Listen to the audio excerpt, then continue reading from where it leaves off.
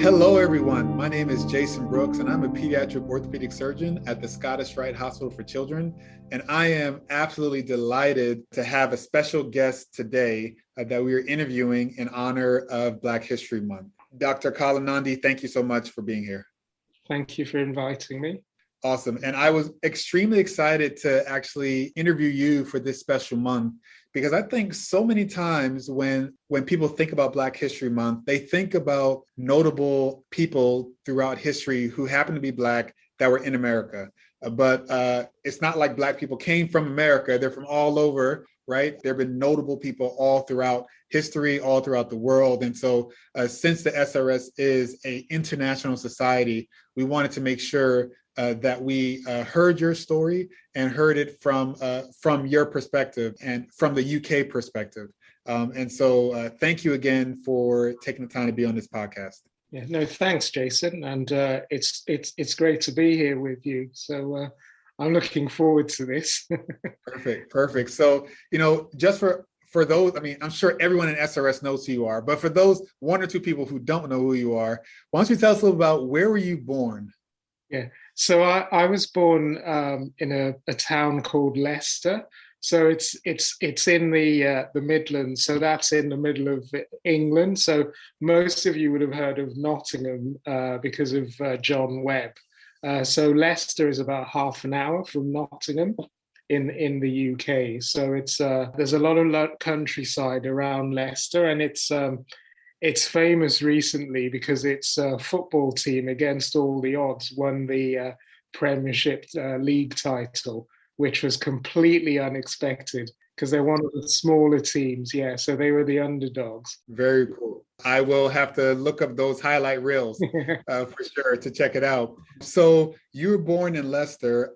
Were your parents also born in the UK? And if not, where did they come from? And how did they make it to the UK? What brought them there? So my parents are originally from Nigeria, and they came to the UK as students in the 60s. So my father was a chartered accountant, and my mother was a nurse.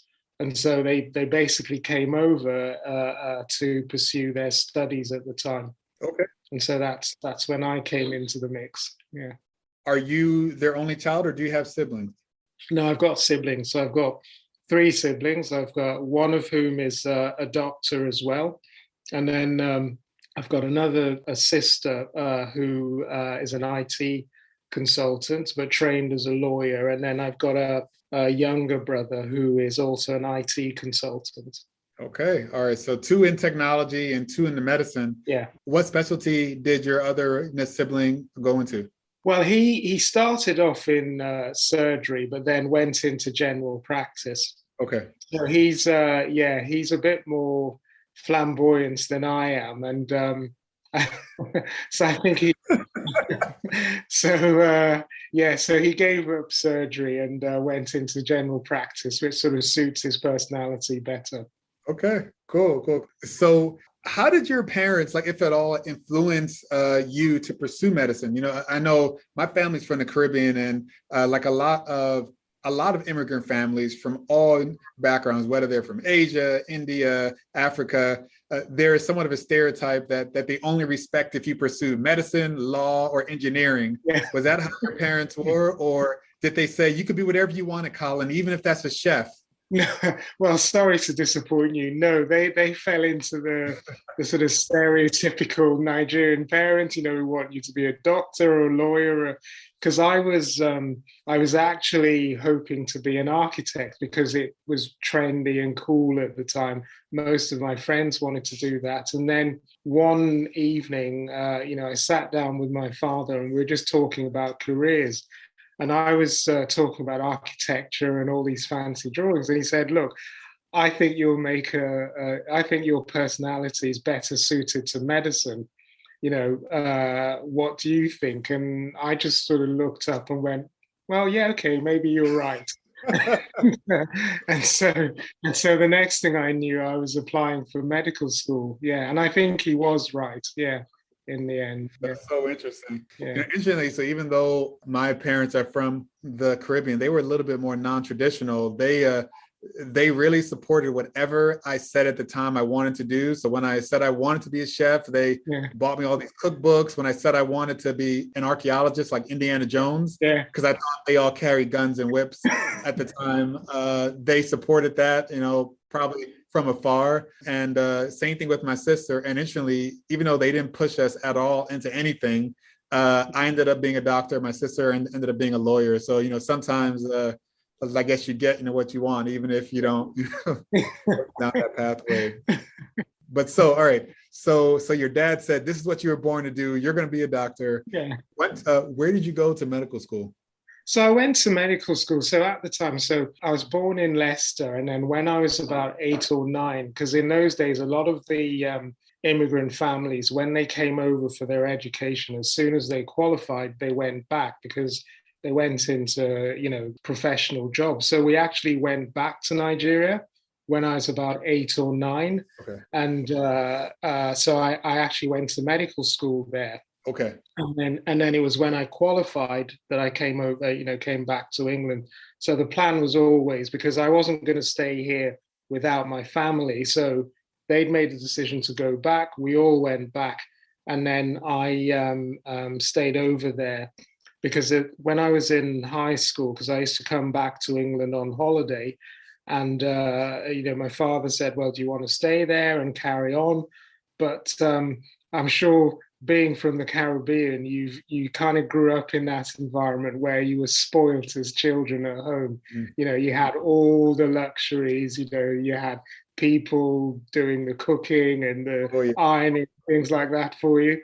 So the thought of going away from all that to live on my own in England at the time as an 18-year-old didn't appeal to me. So I opted to stay in Nigeria and qualify as a doctor there and then come back to England. Okay, so you finished medical school in Nigeria. Now, especially a lot of folks in the US, it's pretty confusing as how do you go from medical student to resident in the UK, because it's a little bit different than how we do it here. So how did that work for you exactly? Just kind of explain that.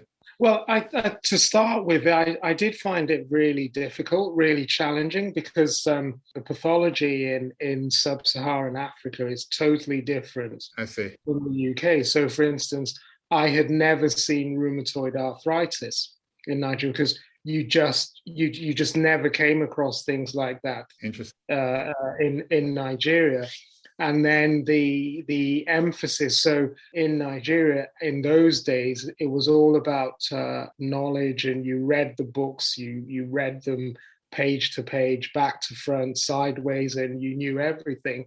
But then in terms of practical application of that knowledge, it was just a very different way of working. So I almost had to relearn, or if you like, revisit medical school to make that transition when I came back. Yeah, that's very interesting. Yeah. So when it came to your overall, mentors in medical school that kind of encouraged you, well, who would you say your mentors were that encouraged you to pursue a field in orthopedic surgery? So I have to say, when I came out of medical school, I didn't really know what I wanted to do. So it was only when I came back to England and started to work in a hospital. And I think they often say that the career you choose is often influenced by the people you're surrounded by at a very early stage of your career.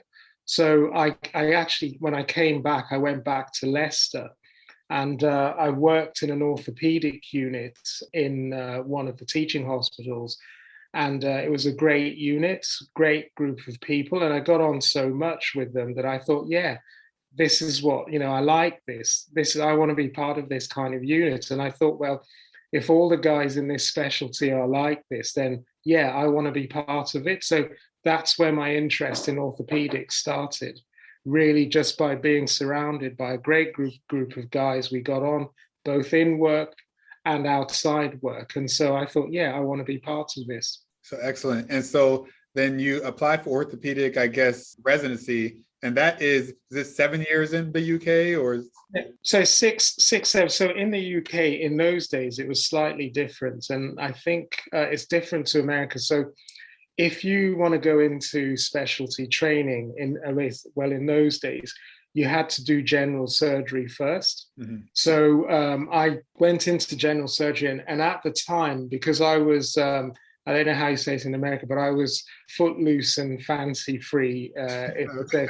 I was very keen to travel. So I actually went to Dublin. Nice. To do my Dublin in Ireland to do my basic surgical training. And I was originally going to go for just 6 months, but I ended up staying there for 4 years. And it was one of the best times of my life because I went to Ireland at a time. Well, first of all, my friends and family thought I was crazy because I didn't know anyone there. And I decided to go over and work in a hospital. And then the other thing was, in those days in Ireland, there weren't that many minority doctors. So I was probably one of about 10 minority doctors in the whole country. So that in itself was a really interesting experience. But I had a really great time there. I made lots of friends, some of whom I've remained friends with till this day. And it was really Ireland that gave me the foundations for spinal surgery because I was working in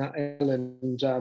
You must have heard of Frank Dowling. Yes. So I worked in his unit, and it was really my experience there that sort of put me on the path to spinal surgery. That's so interesting.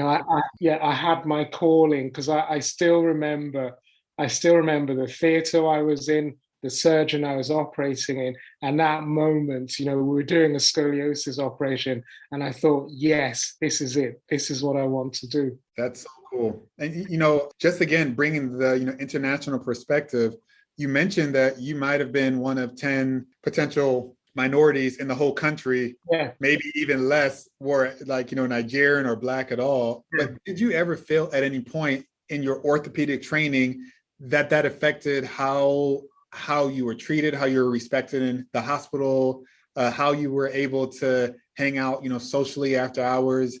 Was your experience something of isolation, or was it something that didn't even cross your mind because no one brought it up? So that was the cool thing about Ireland in those days. So yes, I was a novelty, because like I said, there were hardly any minorities in the country, but people, the Irish at the time, they were more curious than hostile, if you know what I mean. Like I would go out in the evenings, I'd be sat in a pub, and people would come up to me and say, "Oh, who are you? Where are you from? What are you doing in Ireland? Where do you work? How do you find Ireland?"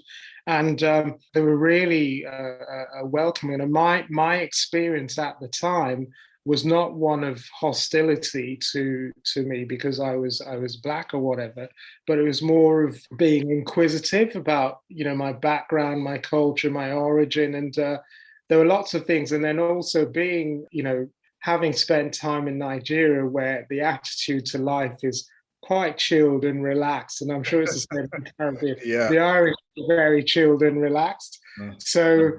It was a match made in heaven, really, and I have so many fond memories from Ireland. So nothing started on time in Ireland either? No, nothing started on time. Nothing started on time, no. So I have very fond memories of Ireland. Great. And I still go back when I can, yeah. Perfect. So your experience in Ireland made you sure that spine surgery was for you. What sort of training did you have to pursue afterwards? I don't know if you were generally spine trained, so mostly like adult, or were you adult and peds spine trained? What was your training after your general orthopedic training? Yeah. So after the general surgery training, then I came back to England and then got into, I think it was Stoke Mandeville Hospital, which is the National Centre for Spinal Rehabilitation, but I was working in the orthopedic unit. And then I spent a year there and then went over to Southampton, which is on the south coast of England.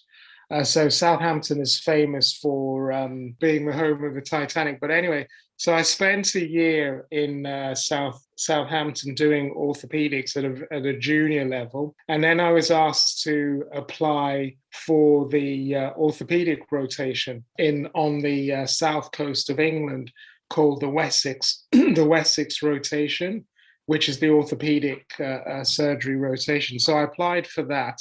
And got appointed. And then I suppose the rest, they say, is history. So you do your general orthopedic training, and then towards the end of your training, you then get into the specialty that you hope to eventually follow for the rest of your career. Excellent. And so what is your practice like now? Is it mostly peds? I feel like I know you more so in the early onset space. Yeah. What is your actual practice like? So my actual practice is predominantly pediatrics. Okay.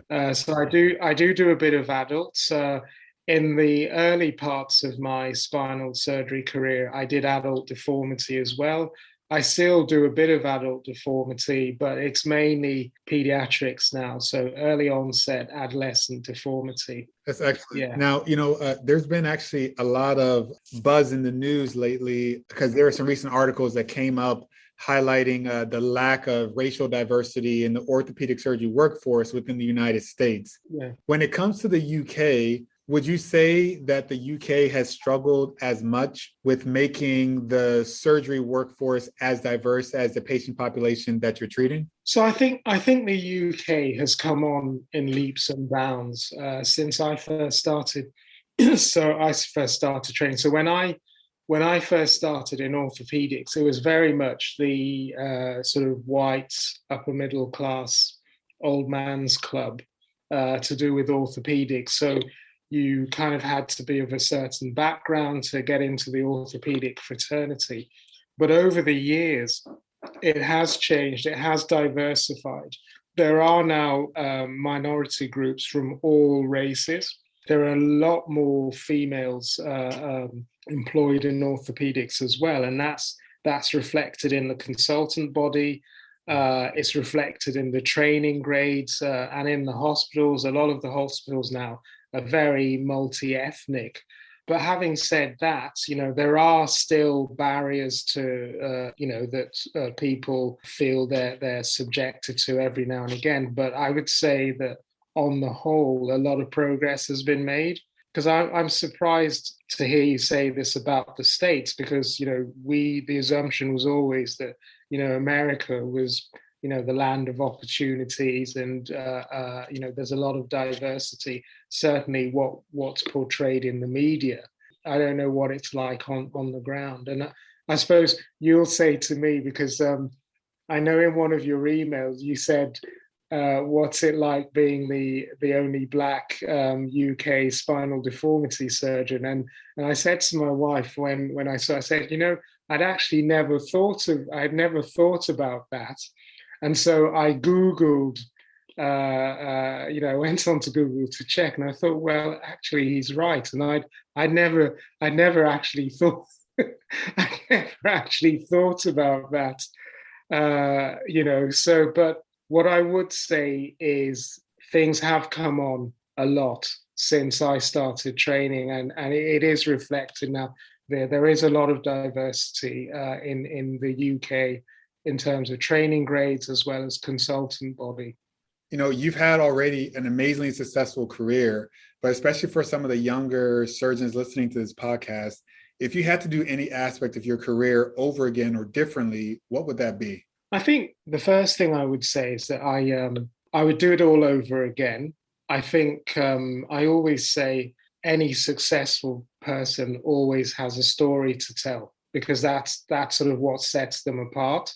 Mm-hmm. The ability to face adversity, overcome it, and then, get to where you want to go.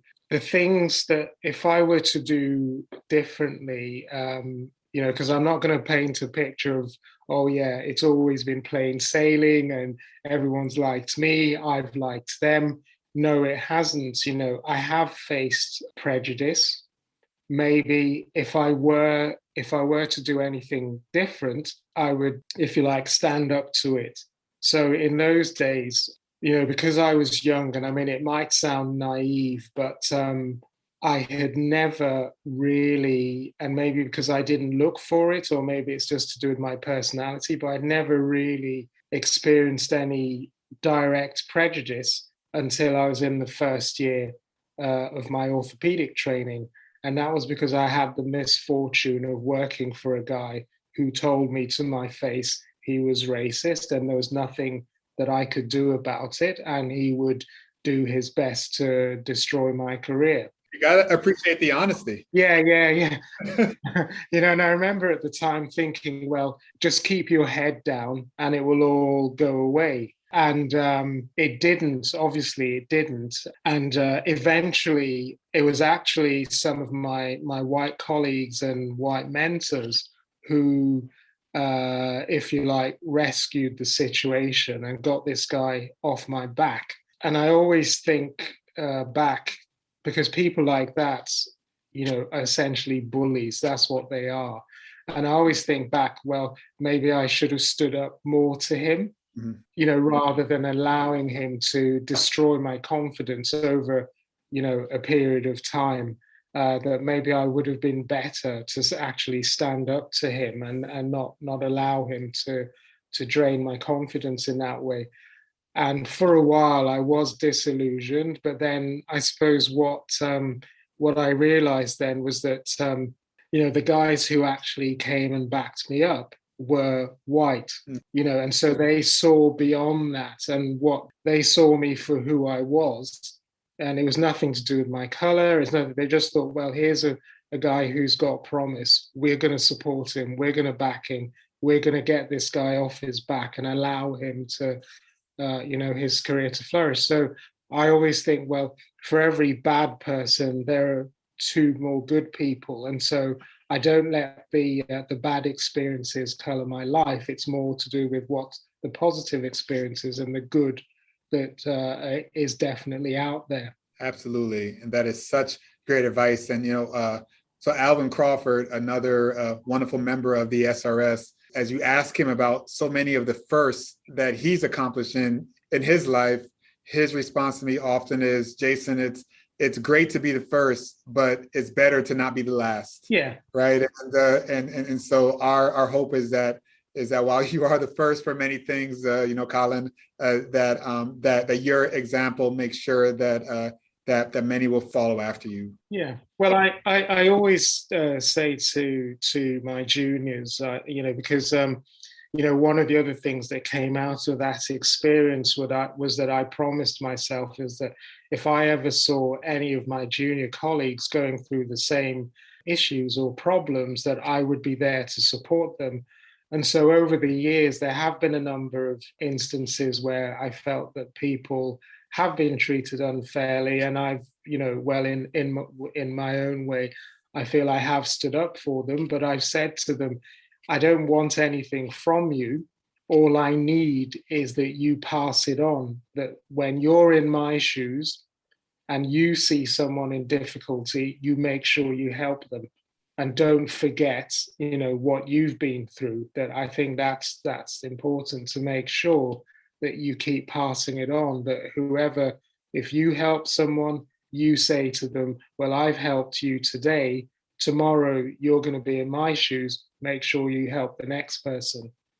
So and that's what I keep telling them.